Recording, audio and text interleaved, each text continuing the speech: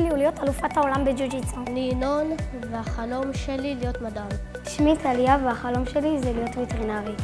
אני אלי, והחלום שלי זה להיות מוסרן. בואו איתנו להגשים חלומות. הצטרפו למסע חינוכי מעצים שבו מצוינות פוגשת ערכים בדרך לפסגת מרום. חטיבת הביניים פסגת מרום מציעה חינוך חדשני המשלב זהות יהודית מעמיקה, מצוינות אקדמית וכלים טכנולוגיים מתקדמים.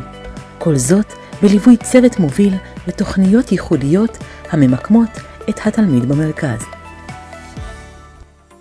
הבשורה הגדולה שתהיה לנו את הזכות ללוות את התלמידים גם בכיתות גבוהות יותר בדרך להצלחה היא בשורה פורצת דרך ומשמעותית.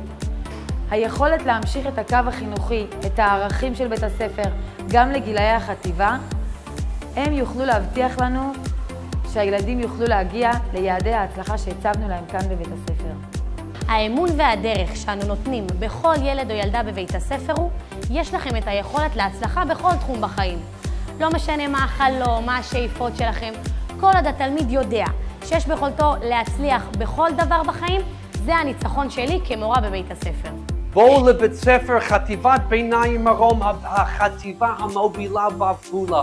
אנחנו מכינים את התלמידים להיכנס לכל מיני תחומים, למוסדות להשכלה גבוהה, אם זה אנגלית ורובוטיקה ומחשבים ומתמטיקה. המנהיגים הבאים של מדינת ישראל הם בוגרי חטיבת ביניים מרום. בואו, הסתכלו, תתרשמו ותרשמו.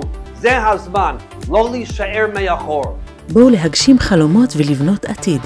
עתיד שיביא אתכם אל הפסגה שלכם.